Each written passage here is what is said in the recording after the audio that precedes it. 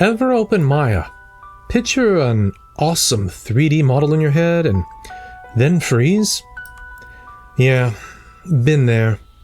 The good news? One tool can unlock almost everything you want to build. Extrude. In the next 5 minutes, you're going to master it. From basic shapes to complex details, even curves. No fluff, just the exact steps to start modeling like a pro. So let's get started. Extrude is a core modeling command in Maya that lets you create new geometry by pulling out faces, edges, or even vertices from a mesh you're already working on. Think of it like sculpting with digital clay. You stretch or push a part of it to extend the shape or make something new. It's one of the most essential tools in Maya because it helps you build just about anything. Thickness, limbs, facial features, building walls, mechanical bits. It's how you go from basic blocks to complex shapes. Activating Extrude is easy. After selecting a face, edge, or vertex, you'll find Extrude in the Edit Mesh menu. But most people just like to use the shortcut Ctrl+E. You can also hold Shift and right-click to use the marking menu and choose Extrude that way. If you're in Maya 2024 or newer, there's a powerful tool called Smart Extrude that automatically tries to clean up intersecting geometry during an extrusion. You'll find it under Edit Mesh, Smart Extrude, or in the Shift plus right-click menu. Let's start simple. Make a polygon cube. Select one of its faces and press Ctrl+E. You'll see a manipulator appear, and possibly a small setting box on the screen. Two of the most common settings you'll work with here are thickness and offset. Thickness pulls or pushes the new face out of its local direction, and offset scales the new face outward or inward before you apply depth to it. Try dragging the blue arrow, which usually controls the local translate Z. Just like that. Congratulations, you've created your first extrusion. Now, try selecting an edge. Hit Ctrl+E again.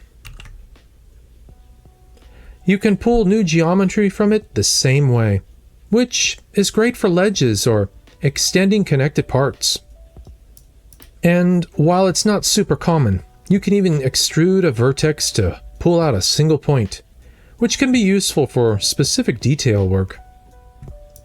Another great feature in recent Maya versions is Smart Extrude. If you extrude a face and it intersects with another part of your mesh, Smart Extrude tries to automatically rebuild and stitch the geometry together cleanly. It can save a lot of manual fixing. Again, it's under Edit Mesh, Smart Extrude. One of the most important settings you'll run into is called Keep Faces Together. If you select multiple faces next to each other and then extrude and keep it on, they'll all extrude as one single piece.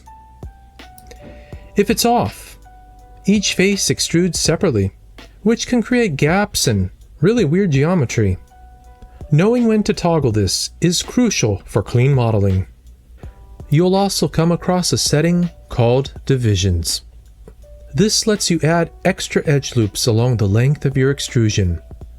It's especially useful when you want to create something smoother or need more geometry in the middle for shaping or detail. And don't ignore the manipulator itself. Those arrows let you move the extrusion, the box scales it, and the little circles rotate it. You can interact directly with your extrusion using this gizmo, without having to mess with the settings panel. If you want to model a pipe, a hose, a tentacle, anything with a flowing shape, this is your tool.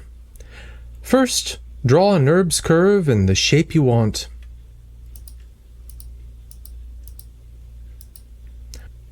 Then, select a face on your model.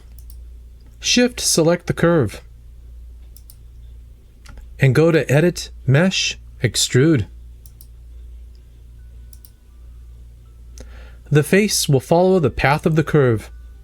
You can fine-tune this by adjusting divisions, taper, or twist in the channel box. Just make sure construction history is turned on so you can edit the curve, and the extrusion updates in real time. If extrude is something you use all the time, you might want to rebind it to an even faster hotkey than Ctrl+E. Many pros customize their shortcuts this way to save time. The biggest mistake beginners make is the double extrude, where you hit Ctrl+E, but don't move the new geometry before clicking away or hitting it again. This creates overlapping faces that sit directly on top of each other, and that leads to broken geometry later on. This is called non-manifold geometry, and it causes major problems for UVs, rendering, and rigging. So always make sure your extrusion actually creates a change. If nothing moved, just hit undo. And always keep an eye on your geometry. That means sticking with quads when possible, avoiding too much geometry where you don't need it, and making sure the edges flow cleanly across the model. Smart Extrude helps, but nothing beats doing a quick cleanup pass and checking for weird faces or stretching. You just learned how to find the extrude tool, how to use it on faces, edges, vertices, how to control settings like thickness, offset divisions, and keep faces together, how to use Smart Extrude, and how to extrude along a curve. You've also seen common mistakes to avoid, like double extruding and ignoring your topology.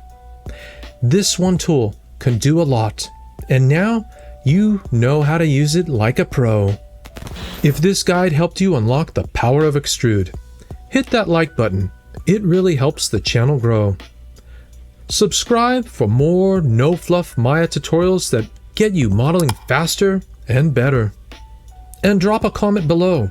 What's the first awesome object you're going to create now that extrude finally makes sense? Or let me know what other Maya mystery you want me to cover next. Keep practicing, keep creating, and I'll catch you in the next video.